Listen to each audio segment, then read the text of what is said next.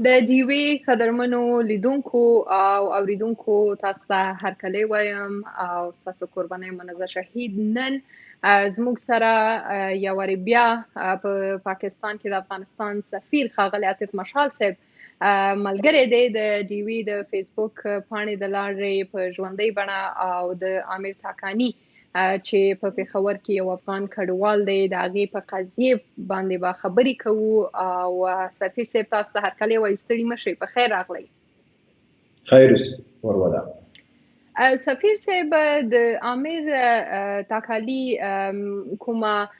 پیښه چې وشوله په پېښور کې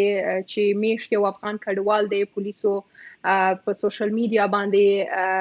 هغه خپل کومه ویډیو یې خبره شوې و چې پولیسو پسې ښکنځلې کړې وې یا سپکې ویلې وې خو د روانې اونۍ په پیل کې د پولیسو لخوا دغه کډوال نیول شوی و او بیا د چهارشنبې په ورځ د پولیسو په ولکه کې ځینې ویډیوګانې جوړې شوې وې چې هغه ویډیوګانې ډېرې د سپکاوي وې او لوڅې ویډیوګانې وې چې په ټولنیزو رسنیو باندې خپرې شوې دي او د دغه ویډیوګانو وروسته په ټولنیزو رسنیو باندې او همداراز خپل په د پاکستان په بیلابیلو ښارونو کې اوس احتجاجونه هم روان دي او سخت غبرګون هم ښودل شوی دی تاسو د دغه قضیې په هکله تر اوسه څه کړي دي او د کومو چارواکو سره مو لیده کاته شوي څه خبرې مو شوي دي بسم الله الرحمن الرحیم تاسو او لیدونکو ټولو ته مو سلام او متاسفانه دا یو ډیره بده پیښه شوې او د رضی الله په نوم د افغان چې په عامر مشهور ده د پېښور په تاکال سیمه کې اوسي دا د پولیسو لخوا بول کېږي او شکنجه کېږي د انساني کرامت توهین کېږي د ټولو اخلاقي او هغه بشري پولونه اوړي پولیس اهلکار او د توهین کوي د لوڅې ویډیو ډکوي چې په دې موږ په جدي ډول په تشویش یو خفه یو د دې قضیې له پرون نه چې زه دا ویډیو په سوشل میډیا کې نشر شوه څه ساعت وروسته زه پوه شوم چې دا کس افغان ده نو ما د دوی سره فامیل سره یې رابطه وکړه او سره په تماس کې وم په عین وخت کې مو د پاکستاني چارواکو مربوطه چارواکو نظامي او ملکي چارواکو سره په جدي ډول دا موضوع د تعقیب لاندې نیولې وه له پرون راهیسې او په متواتر ډول مو مجالس درلودل مونږ په هغه ټول توان د دې قضیې جدي څېړنه کوو او په جدي ډول د دې د عاملینو د په جزا رسولو او د عدالت د تامین لپاره به هڅې کوو د پاکستاني مقاماتو لخوا نه اطمینان راکړل شو نن مې هم مجالس وو چې هغه دخیل کسان پولیس اهلکار له دندو ګوښه سوي او بعض یې ګرفتار سوي چې دې اقدام موږ تقدیر کوو مګر دا د موږ توقع دا ده چې په حقیقي معنا عدالت تامین سي او هغه کسان چې په دې بده او وجیعه پیښه کې دخیل دي هغوی د خپل اعمالو په سزا ورسیږي نو زه به قدم په قدم د دې پیښې د عدلي او قضایي تعقیب پروسه تعقیبوم تر څو چې موږ وپوهېږو چې عدالت تامین شوی سفیر صاحب تاسو په خپله یادونه وکړه چې ځینې چارواکي نیول شوي دي هغه کسان چې په دې پیښې کې لاس لرله او ځینې ګوښه شوي هم دي تاسو ته چې چارواکو کوم ځوابونه ویلي یاست تاسو سره خبرې اترې شوي دي په دې اړوند تاسو څومره مطمئنه یاست په خپله د هغوی د ځوابونو څخه یا څومره تاسو ته اطمینان درکړی دی تر اوسه خو هغه اقدامات چې سوي دا څو کسان چې له وظایفو لرې سوي څه کسان چې توقیف سوي دا په دې معنا چې اقدامات کیږي خو ما مخکې په خپلو خبرو کې ویلې چې موږ د قضیې تر آخره پورې غواړو مسایل تعقیب کړو ځان مطمئن کړو چې عدالت تامین شوی او مونږ په دې باندې باید ځان مطمئن کړو چې د پاکستاني مقاماتو لخوا هغه ډول چې په کار ده په دې پیښه کې جدي اقدامات کیږي. لا تر اوسه موږ ته پوره اطمینان راکړی او هغه اقدامات چې له پرون راهیسې سوي دي دا ښیي چې پاکستان حکومت په دې کې جدي ده. دا چې په عوامو سره عکس العمل وښوده، د سیاسیونو سره عکس العمل وښوده، حکومتي چارواکو چې ما ورسره مجالس ته عکس العمل ښودلی، دا انتباه ورکوي چې دوی جدي دي په دې پیښه کې، ځکه دا د ټولو اخلاقي اصولو خلاف یو عمل او دا د بشري حقوقو خلاف عمل او دا د انساني کرامت توهین ده. نو موږ باوري یو چې پاکستاني طرف په دې موضوع حساسیت هم درک کوي او د ټولو اخلاقي نورمونو نه تجاوز او د هغې نه وړاندې تګ دا د پولیسو اهلکارو لپاره د شرم یو داغ ده. نو زه فکر کوم چې دوی به دا موضوع البته جدي څېړي او موږ به وقتا فوقتا په جدي ډول تعقیب کوو د موضوع. سفیر صاحب، تاسو آیا د عامر د کورنۍ سره خبرې شوي؟ تاسو وویل چې خبرې شوي دي. کومې مرستې په پام کې لرئ یا څه لاسنیوی کوئ، څه مرسته ورسره کوئ؟ ځکه د یوې خبریال نن هم یوه مرکه کړې وه د هغوی د کورنیو غړو سره، د دوو ورونو سره. د هغوی حالت دومره ښه نه معلومېدلو او ډیر ذهنا هغوی نارامه ښکارېدله. خپله هغه ورور یې یادونه وکړه چې عامر یو وارې د خودکشي یا د ځان وژنې کوشش هم کړی دی، هڅه یې کړې ده او ډیر د سخت ذهني فشار لاندې دی دا مهال. نو تاسو ورسره آیا خبرې شوي دي؟ څه مرسته تاسو د هغوی کورنۍ سره کولی شئ؟ زه له پرون راهیسې متواتر له کورنۍ سره تماس کې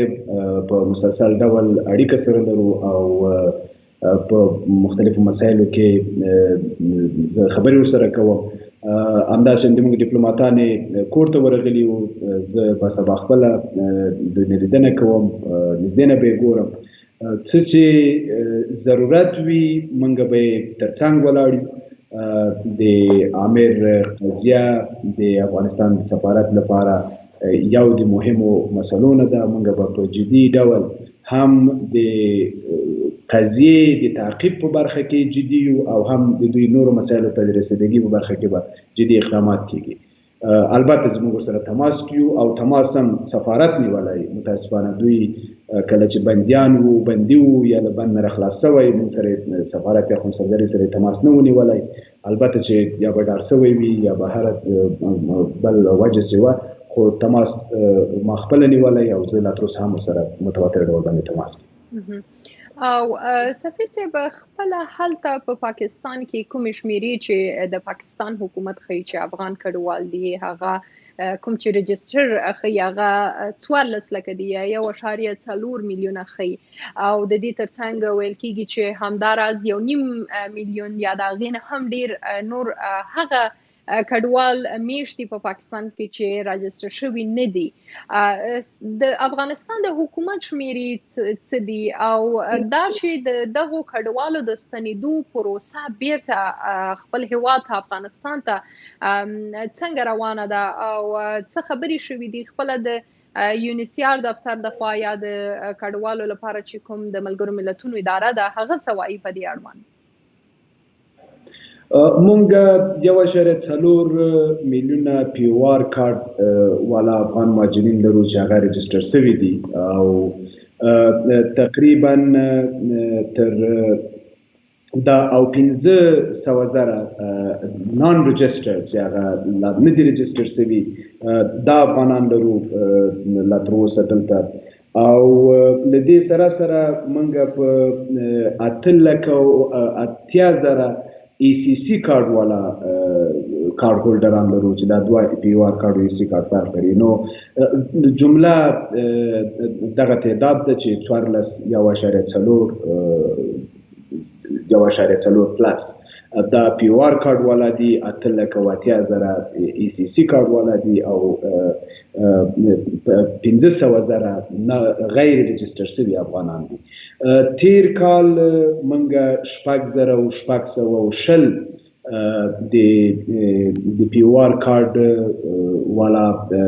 مهاجرینو بیرته عودت درلوده متاسفانه سکه‌کالې د کرونا وایرس په وجه او د نور مشکلات په وجه موږ لا تر اوسه دا پروسه عملا نه ده شروع شوې. نو موږ هیله لرو چې په نږدې راتلونکي کې د پاکستاني حکومت او یونیسیار سره په ګډه په یو تقسیم اوقات باندې کار وکړو، یو عملي تقسیم اوقات باندې چې موږ وکولی شو د افغان مهاجرینو د بیرته تګ پروسه په عملي ډول باندې شروع شي او موږ هلته هغوی ته هغه لازم سهولتونه چې په کار دي هغه هم مهیا شي. نو په دې باندې جدي کار روان ده د افغان حکومت له طرفه او د مربوطه څانګو مربوطه برخو چې هغه یونیسیار ده او د پاکستان حکومت ده دوی سره به کار کوو. پرون مو هم د یونیسیار په هماهنګۍ او جرمني سفارت په کوربتوب مجلس درلوده د افغان مهاجرینو د ستونزو او مشکلاتو رسیدګي په پلان جوړونې باندې چې د سافران وزارت چې پاکستان حکومت همدا وزارت د مهاجرینو چارې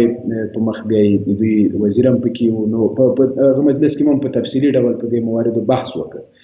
هیله مو دا ده چې موږ وکولی شو را روان کال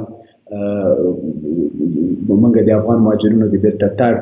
په رضاکارانه ډول د بیرته تګ پروسه آغاز کړو او تر څو افغانان بیرته په خپل وطن کې وي. او د سولې پروسې یو اساسي برخه به دا وي چې افغان مهاجرین بیرته وطن ته لاړ شي. ښاغلي مشال صاحب، تاسو بیرته د ستنېدو خبره هم وکړه چې راتلونکي کاله پورې به کوشش وي، هڅه به دا وي چې ډیری افغانان بیرته افغانستان ته ستانه شي.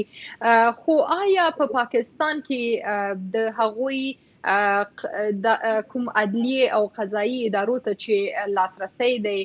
د دې په اړوند تاسو څه وایاست چې آیا هغوی لاسرسی لري که نه لري؟ هغوی سره آیا داسې پیښې نورې هم شوي دي که نه دي شوي؟ وروستي راپورونه خو ښیي کله ناکله داسې راپورونه راځي چې د افغان کډوالو سره ځینې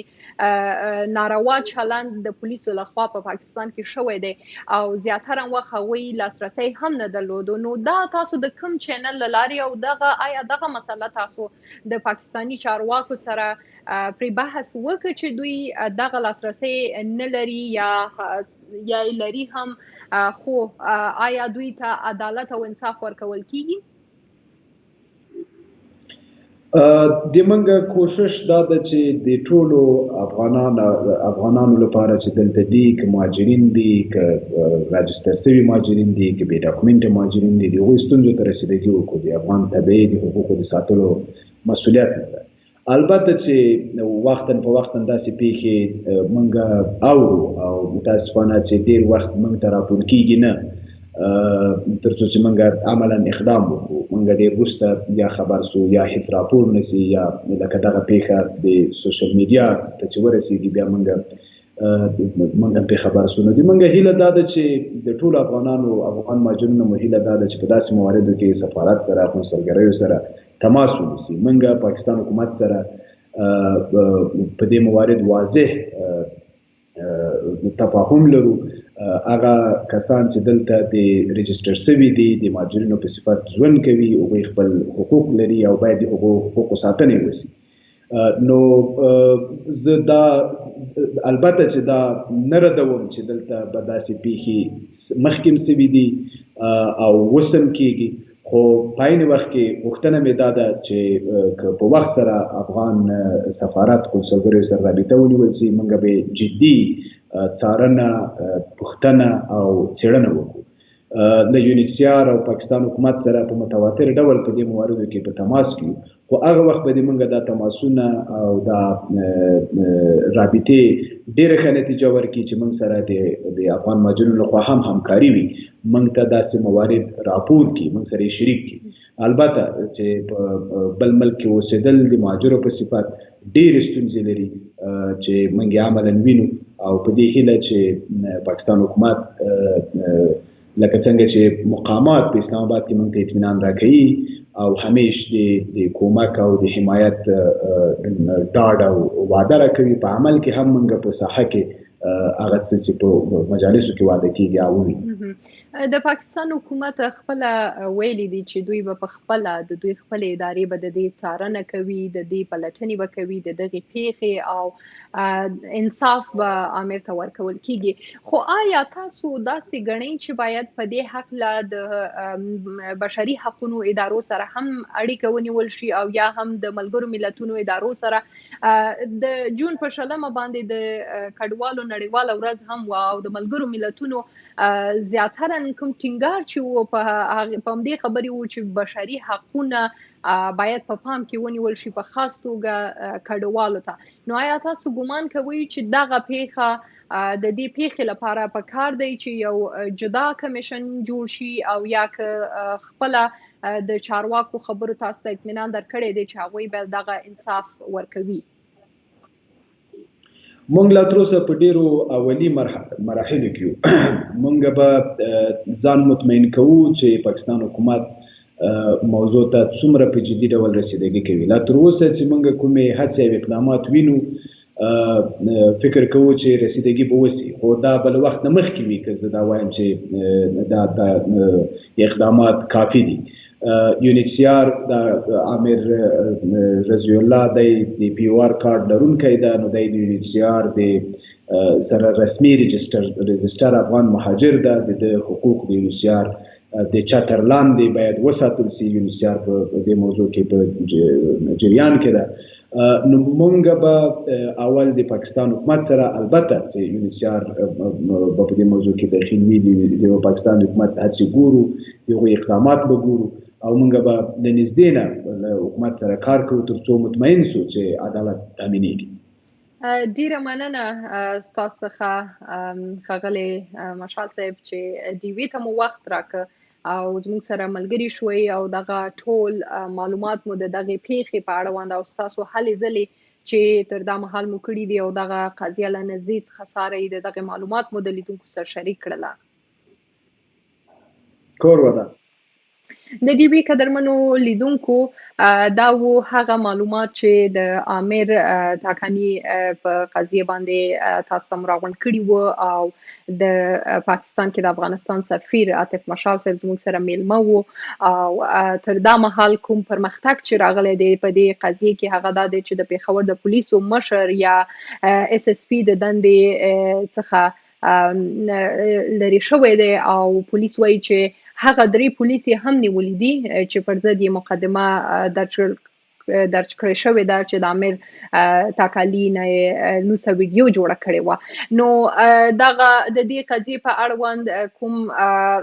احتجاجونه چې دا مهال روان دي په پاکستان په بیلو ښارونو کې د هغې او نور تازه معلومات به هم تاسو سره وار په وار شریکوو او ستاسو د ملتیا څخه بیا هم ډیره مننه او تاسو په لوی الله سپارو. سرلوړه او آباده اوسئ.